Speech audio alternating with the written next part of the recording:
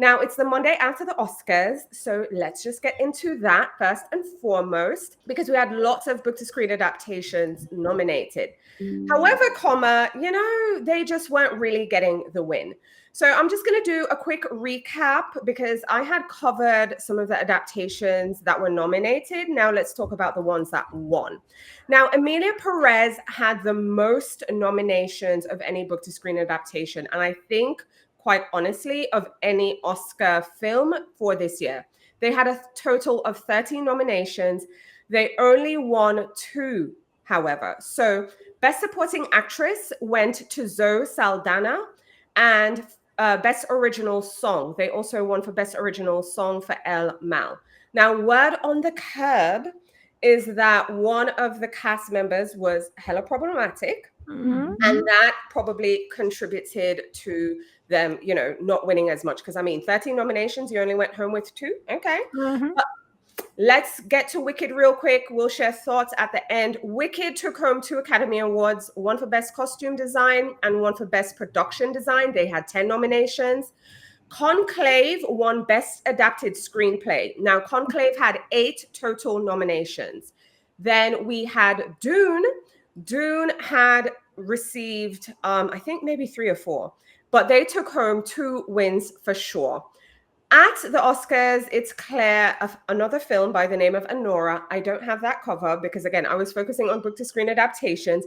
They were the one who really, had a big sweep in terms of wins at the Oscars last night. We'll get into like the performances and high points and things we liked.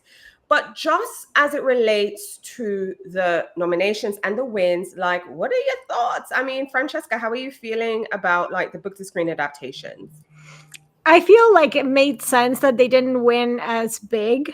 I think that there were also other bigger contenders. However, I do have to say that I did like how the Emilia Perez thing was addressed because there was a moment of call out in the presentation. So I was happy to see, and I was happy to see Zoe Saldana get an Oscar. So that I was happy with.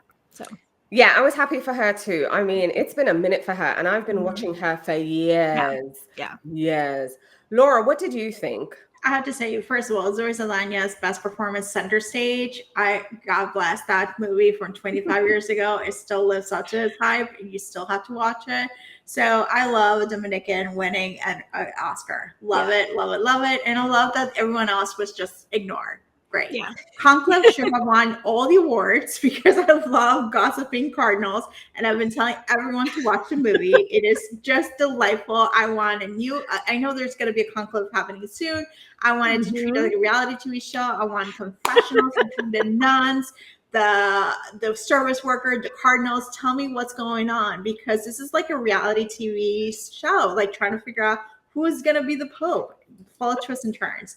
I actually am grateful that Nora won in some ways, because it's like dark romance girlies are like living it up. This like marriage in Vegas with some mafia involved, Nepo baby. It's like, but it just brings the tastes are different. I know there was a big buzz about Demi Moore not winning the Oscar for The Substance, but she won the Golden Globe. It is okay. There's more time. But it's great. Yeah. Also, I actually really like the fact that a young woman won the Oscar. Like we need to start that to be a trend. Like it cannot always be the older, more established actors. They've had their chance. Yeah. So give it up to new people. But then I'm gonna have to counter that though. I have to counter that because Demi has been nominated time and time and time again. Demi has done amazing performances. And I said to my husband last night, obviously, I am a sucker for Cynthia Erivo and Ariana Grande. So obviously, I was pulling for Wicked. Okay, I'll get more into something that they did. But I remember saying to him, I would hate if they split those two up, meaning Ariana won Best Supporting, but Cynthia didn't win Best. Or if Cynthia won Best, but Ariana didn't. So with that in mind, a lot of people are saying like Demi was a favorite to win because Demi has been waiting for her turn. So I'm just saying, I know you said like, give it to the younger folks, but what happens when you don't get it when you're younger and you keep going and you keep going? and my husband's point of view was, yeah, they might give it to her, meaning Demi Moore, because she's paid her dues. But what happened to those women who are consistently overlooked? And I dare to bring it back to the Grammys and the fact that Beyonce just won Album of the Year after years. I'm just saying. Yeah. It's true. So I think Wicked, they're waiting for the next movie. It's part 2. They're just they're not giving them the awards right now. They're like, we're gonna wait till so it doesn't sweep 2 years in a row, and that's probably because it's voted by the Academy. So they're probably thinking we don't want to. It's gonna be a boring show if you have it 2 years in a row. Yeah, I agreed with that. I did say, look, if they gave it to Demi and just snubbed Wicked along the way with all the other nominations, then they had another chance. I will say I was pulling for Demi because I'm like, it's been years. Yeah. But if you're just joining us, welcome. This is on Monday Live News, Gossip Sesh, just everything happening in the bookish space and the real world and pop culture and all these things. We like to keep it light and cute over here because, listen, the real world is wild out there. So if you're joining us, say hello in the comments, like Nikki. Hi, Nikki. Nikki saying hello to us. Yes. Hey. So say hello to us in the comments. Let us know where you're watching from. Also, let us know if you watch the Oscars, if you were pulling through for anyone. Again, the book to screen adaptations, lots of nominations, but not as many wins. I do want to get into the night, though, because I personally love the opening with Cynthia Erivo and Ariana Grande. So Ariana started with, what's the name of that song? Somewhere Over the Rainbow. Then they came in and they did their duet, Defying Gravity, which, again, love. Down. How did you feel about these two and their performance? I thought it was amazing. Yeah. One of the highlights of the show for sure. Yes. And the touch of the ruby red slipper behind Ariana's dress is like, a homage to Wizard of Oz. So, yeah. Yeah, I love that. I just really enjoyed it. The only other graphic I pulled from the Oscars, because this is something I personally enjoyed, okay? I know this is going to sound very corny. Y'all don't come for me. However, I am a Bond girly, okay? I am a Bond girly through and through. Ian Fleming through and through. And they had a special tribute to, James Bond, specifically the producers and the people who have produced Bond over the years. So we had 3 performances. We had Lisa, Doja Cat, and Ray perform like 3 big songs that are just very iconic with Bond.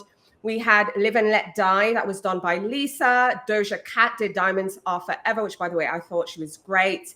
And then Ray did Skyfall. Now, I have to be honest, when I realized they were doing like this rendition, I was like, they have to do Skyfall. Then I'm like, I wonder if they're going to do Adele. Is Adele going to pop up? And then I saw like someone come up. I'm like, is that Adele? By the way, I was watching in my bed. I was way back. I jumped up and then I was like, oh, shoot, it's not Adele. My husband was like, I should have recorded you because that was wild. Clearly, I was disappointed. I wanted Adele to be there, but I enjoyed the performance. Did you all catch that? Did you all? Yeah, that was fun. Yeah. That was fun. Okay. One caveat though. I watched all of these like recaps and like snippets on TikTok because I don't watch the Oscars live. So I got all of my goodies by watching like all the replays from all the TikTokers and influencers, and I'm like, I got it in like a half hour. Best way to do it.